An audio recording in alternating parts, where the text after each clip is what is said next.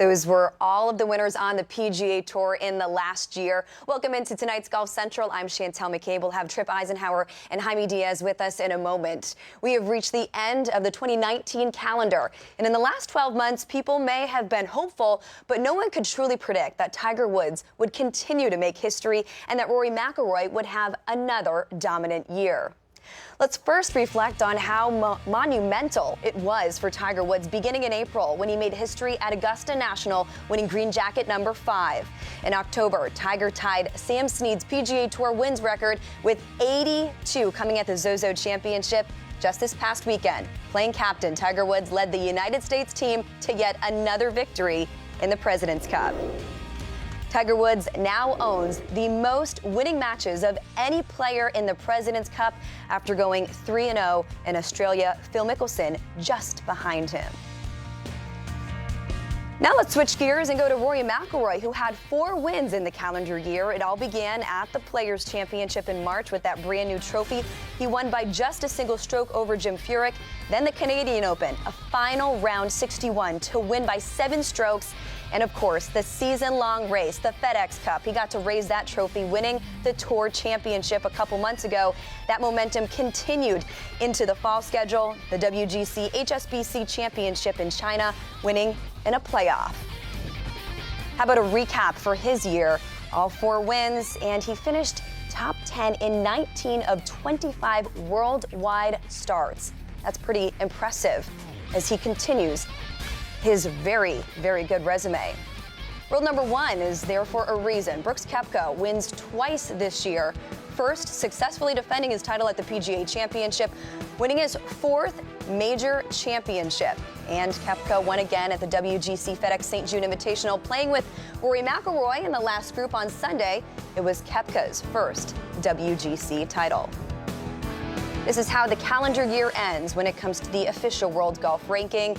Brooks Koepka in first place, Rory McIlroy just behind him, Jon Rahm making a lot of noise as well. We'll get to him later in the show. With those mini recaps where you see all of the productivity in 2020, we can almost make some predictions. Let's start off first, guys, with Tiger Woods. Where do you see him going next? You know, here's the thing. I mean, had Tiger not done the surgery and get healthy, Jaime, we wouldn't have been saying what a great year he had. Sure, we would have given him an A for what he did at the Masters. No question about that, because many thought he wasn't going to win another major championship, and he did it in dramatic fashion. And then it was a big fall off. Yeah. I mean, he would even say, but now we know why. I mean, there's always a little bit of why with Tiger Woods. He looked fantastic at Zozo. He looked even better at the President's Cup. Yeah. And then to wear both hats, what he did, it's an A++++ for Tiger Woods. And he's got to be just smiling because the big cat is looking, not quite like he used to. Oh. But I tell you what, he's looking very, very, very good. And he's sounding like it, too. I thought at the President's Cup, you know, when he went out of his way to say, hey, Abe Answer, you know, you wanted it, you got it. I thought that was a little unnecessary piling on, but that's the kind of edge that he's always brought when he was at his best. So mentally, again, I think he's really eager about 2020. And to me, Zozo was the moment, actually, of the year, even more than the Masters in a sense, because it really paves the way for this future. You can sort of project something very special still in these next few years. And, you know, I think Tiger is himself more confident than he was after the Masters now, because I think his body is just so fluid right now. That golf swing, I mean, Tripp's a great judge of that. There was a rhythm and a beautiful effortless power. And he's not as long as the other guys, but he's got every other element. So, and he also seems more determined to drive it in the fairway, and that's special. Yeah. The Masters was not necessarily a fluke, but definitely a test of his will and his ability still. But then a second win, I think, solidified that he still has it. And when you talk about his comments after the fact, that competitive nature is what keeps him going. All right, let's switch gears to Rory McIlroy. Talk about having a 2019 to be envious of. What are your thoughts on his 2019? Well, I mean, you can't say enough. 19 top 10s out of 25 events. Consistency out of Rory McIlroy. What I want to see is year-over-year consistency, and I predict we're going to see it in a big big way. I think he's going to do better than 3 wins. I really do. I mean, he's already got 1 in this part of the calendar year of the next season, but I think that Rory McIlroy is going to contend in at least 3 of the 4 majors. I think he's going to win a major. I think we're going to see now year over year consistency in Rory McIlroy going forward. Turning 30, I think, just chronologically, you feel as a person that you're slightly different. I think he is a more steady, together person going forward as a golfer. And I really feel like, this year was a season of growth. Even though it was tremendous, I don't think it's an end in itself. I think he's actually preparing for the Masters. Because the Masters is such an important moment for him historically. If he gets that career Grand Slam, it just puts him in a whole new category. It's going to be the hardest thing he's ever done, in my opinion, just because of the sort of the baggage he brings from 2011 and shooting that 80. That's never quite gone away. But I think everything he's doing is overcoming that. He's getting stronger mentally. He looks at Brooks Koepka and he goes, I'm going to be more like Brooks. Hard-hearted and really, really focused, and no more loose rounds. And when Rory gets rid of the loose rounds, he's the best. If you were to take mental game from any player in the world, would it be Rory? Right now? No, I'd take Tiger, and then I'd take Brooks. Tiger and Brooks. All right, brings us to our next guy, Brooks Koepka, world number 1. Not as many wins as some others, but this guy is obviously in that spot for a reason. We'll start with you first, Jaime. Sure. Yeah, I think he's number 1 in the world, as you say. I think he's back to being underrated. I think he's got a reason to feel like I unfairly lost Player of the Year, and I think he's been overshadowed now because he's hurt by Tiger and Rory, and he's looking forward to next year with this injury. He didn't play in the President's Cup, where he's a bit of a forgotten man. I think it just adds to that natural chip he's already got. Well, I would subset Tiger as mentally number 1. One just below that, Brooks Koepka, because of what he does in major championships. It's impressive, beyond impressive. And I think that Brooks Koepka is going to continue to be part of the story in major championships. Can he continue to close them out the way he has? Who knows? But I tell you one thing, it's going to be a great year for those 3. All 3 of them are heading in with a ton of momentum in different ways. The fact that they're all in the hunt, they're all playing well in the most important events, no matter if it's a WGC or a major championship, gosh, the game is in good shape right now. Yes, it is. All right, in a year that saw him close out a handful of tournaments, hear why a shot from the first round of a tournament he didn't even win was actually his favorite one of the year. Here's a preview of the season finale of the Rory and Carson podcast that drops today on Golf Pass. Let's talk about playing in the Middle East for a second, because you went to Dubai. You hit that hell of a 3-wood. Was that the 3-wood on 18 you hit there? Yeah. That was one of the best golf shots I've ever seen in my life. What did it feel like when you hit it? Yeah, it was one of those ones. It was, my 3-wood, when I really hit it off the deck, it goes about 280, 285 in the air. I had 291 adjusted to the pin. Wind was sort of in off the left. So my thing is with my 3-wood, with the wind off the left and the water on the left, it was, if I don't quite get it, it's probably just going to go on the wind and end up in that front right bunker or somewhere where I can still get it up and down for birdie. So it sort of freed me up. I said, okay, I'm just going to stand up here and hit this thing as hard as I can. If it comes off, awesome. If not, I'll still have a reasonable chance to make birdie. And as soon as I hit it, it just... I can't remember a fairway wood shot that I've hit that it felt so pure. Like, I needed absolutely everything out of that golf swing, and I got it. And it was the first round of the tournament in Dubai. It didn't really matter, but just to stand up over a golf shot and pull it off is a nice feeling.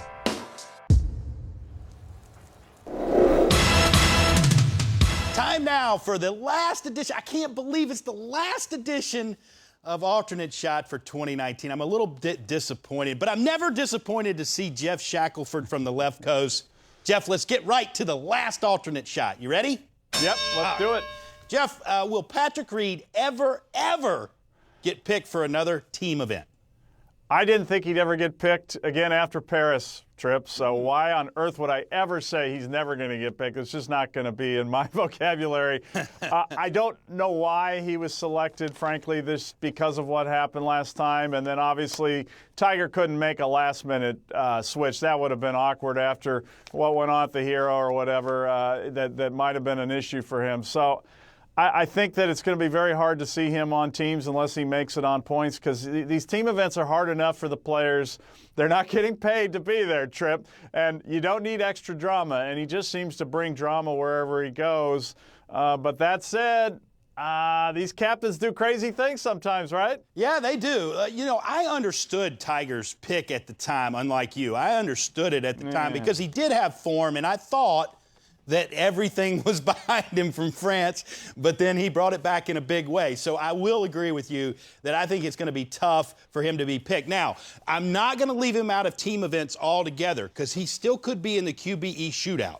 Okay, somebody could pick him there as a partner, but I don't think he's going to be picked by a captain of a Ryder Cup or a President's Cup anytime in the near future. Not even the Zurich Classic. Wow. Well, now Zurich Classic, I should leave that open as well. Yeah, the problem I have, Trip, is it was on paper a golf course that called for a certain kind of game, and as we saw the matches play out, you really wondered why Kevin Kisner or even Kevin Na weren't there because of the golf course and the venues. So that's one of those picks I'm just going to always wonder about. But, hey, it was a phenomenal match. Yep. The golf was beautiful. The course was beautiful. It got a little chippy a couple times there, Trip. What do you think? Do we have a burgeoning rivalry on our hands? Huh? Rivalry, Jeff. It would have to be like you beating me in one of these one time. And, I'm like the American team. I keep winning. So, just kidding, of course. You've got to have both sides of it. That's what makes the Ryder Cup so compelling. You really don't know who's going to win every time one of the Ryder Cups starts. You kind of got an inkling from the U.S. side being so deep, always on paper, and ultimately delivering once they get through. Now, the Americans surprisingly have not dominated the singles until this last time on the last day. So I will say this. I think that they need to take a look at some format changes to help the international team because the international team's typically not as deep from 1 to 12 as the American side. And that speaks to the stats of where they are in the world ranking, everything else about it. So I think they need help kind of the way the Europeans got the help with the traditional Ryder Cup format. It was you play for 28 points. Now, this got compelling in Korea when Nick Price went from 34 points available down to 30. He got rid of a couple of those matches early, and he got rid of the fact that everybody had to play, a couple of times. Now, Tiger got rid of the fact it was 2 times you had to play in a team event down to 1 before singles came, so everybody had to play. Hey, we've seen guys being hidden in Ryder Cups before. There's nothing wrong with it. If you're out of form, hide that player, but he's going to be exposed in singles. I say go to a 28-point format, 2 team matches on the first 2 days, or 4 each. Those first 2 days have 4 each on the second day, which they play 36 holes, or the third day. Excuse me, I'm getting my days mixed up, and then go into singles. Every single time, Jeff, that the internationals have played, save for one, at Liberty National, they have garnered at least 14 points or more. So I think it would help them in a big way. And then we're going to see a rivalry. I think it's a little dangerous to tinker with formats to try to accommodate or create drama. I think the people involved with this need to step back and be very pleased with the way the matches played out. They were very close. And take a look at how those young guys for the international side stepped up. We talked about it going into the matches. It was a little bit of a Hail Mary. Go with these young guys because, frankly, some of the international older players had really not stepped up.